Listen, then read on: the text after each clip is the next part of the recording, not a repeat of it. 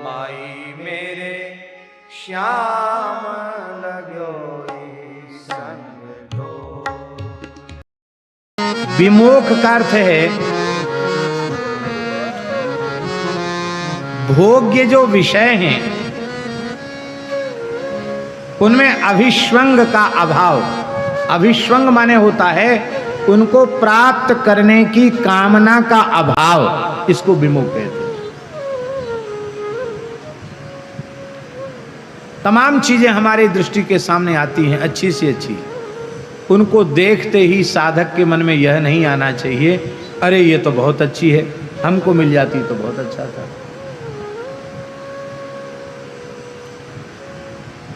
एक महानुभाव एक दुकान में गए तो उसकी दुकान थी, ये जो बास बेसन वगैरह होते ना, टॉयलेट का सामान, इस सब की दुकान थी।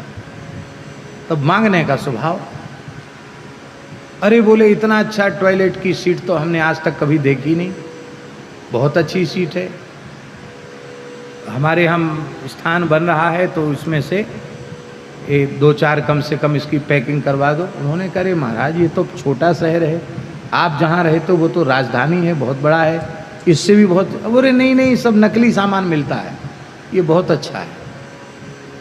उसने कहा महाराज यहाँ से वहाँ तक जाओगे थोड़ा सावधानी हुई, टूट गया तो बेकार जाएगा पैसा। नहीं नहीं नहीं हम बिल्कुल ऐसे ले जाएंगे जैसे बच्चे को गोद में रख के ले जाते। ले उस बेचारे की देने की बिल्कुल इच्छा नहीं थी, लेकिन अब पीछे ही पड़ गए तो देना पड़ा। एक महान भाव दास उनके साथ ही था। एक जगह पहुंचे लखनऊ में, सर्दी का समय, वो हीटर होता ना गर्म वाला। अरे बोले ऐसा हीटर तो हमने देखा नहीं। अरे बोले आप तो दिल्ली के पास रहते हो, दिल्ली में तो इससे अच्छी अच्छी चीज़ें आती। नहीं नहीं ये तो इसके जैसा तो यही है। तो उस भगत ने कहा महाराज क्या करें, नया होता तो हम आपको जरूर दे देते। अरे बोले अपने को नए पुराने से क्या लेना देना, काम चलना चाहिए, तुम तो पैकिंग करो जल्दी से। हम लोगों को ट्रेन करना थी। बाद में मैंने कहा महाराज ये तो हमको बड़ा अनुचित लगा, ऐसे तरह से तो पैकिंग नहीं करवाना चाहिए। अरे बोले क्या है, आप समझते नहीं, ऐसी युक्ति मुक्ति से काम चलता है। ये ठीक है, ये ठीक नहीं। कोई उत्तम से उत्तम वस्तु हमारे सामने आवे, आवश्यकता होने पर भी ये हमारे लिए बहुत जरूरी है नहीं भैया, हमारे लिए तो रघुनाथ जी से अधिक जरूरी कुछ भी नहीं है। हमारे लिए सबसे ज्यादा जरूरी है देखें ही हम स्वरूप भरी लोचन, करहु कृपा अपनतारत मोचन। इससे ज्यादा जरूरी और हमें कोई नहीं है। आपने सुना है दक्षिण भारत के शंकराचार्य पद पर विराजमान जो कांची महाराज थे, उनके परमाचार्य, कांची परमाचार्य, क्या नाम था उनका, नाम विस्मृति में आ रहा है? हाँ, श्री चंद्रशेखरेंद्र सरस्वती, बहुत अद्भुत महापुरुष थे। कैलाश नारायण जी ने एकदम सही नाम बताया। बड़े प्रतापी महापुरुष थे और बड़ा पवित्र जीवन था उनका। पैदल पूरे भारतवर्ष का भ्रमण किया था उन्होंने, पैदल, सैकड़ों ब्राह्मणों के साथ, वेदज्ञ ब्राह्मणों के साथ। तो जब वो जगन्नाथ, सुनो भाई मनमोहन शरण जी, जब वो जगन्नाथपुरी गए तो ब्राह्मण के यहाँ की भिक्षा लेते थे, अमुक अमुक ब्राह्मण के यहाँ की। तो वहाँ उड़ीसा के लोग दालमा बनाते हैं, तो दालमा लोग बनाते, जगन्नाथ जी को भोग लगता दालमा, तो उनको दालमा प्रिय लगता, तो दालमा उन्होंने पाया।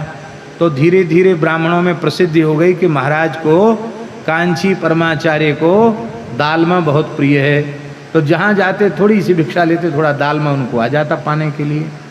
जब वो पुरी पहुँच गए पैदल चलते चलते, तो वहाँ उन्होंने कहा कि यहाँ के लोग दालमा ही पाते हैं और कुछ नहीं पाते हैं क्या? बोले नहीं, लोगों में ये प्रसिद्धि हो गई है कि आपको दालमा बहुत प्रिय है, आपको दालमा बहुत प्रिय है, इसलिए आपको लोग दालमा बना के देते हैं। महाराज जी आपको सुनकर आश्चर्य होगा, आपको सुनकर आश्चर्य होगा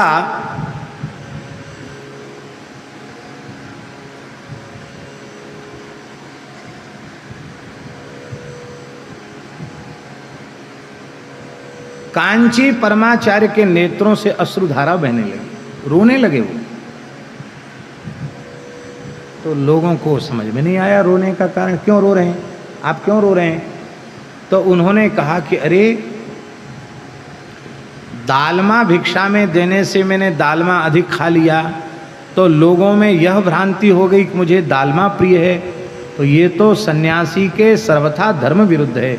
उसके प्रत्येक आचरण से यह अनुभव होना चाहिए, उसे कोई व्यक्ति वस्तु पदार्थ प्रिय नहीं है, उसे केवल और केवल भगवान प्रिय है।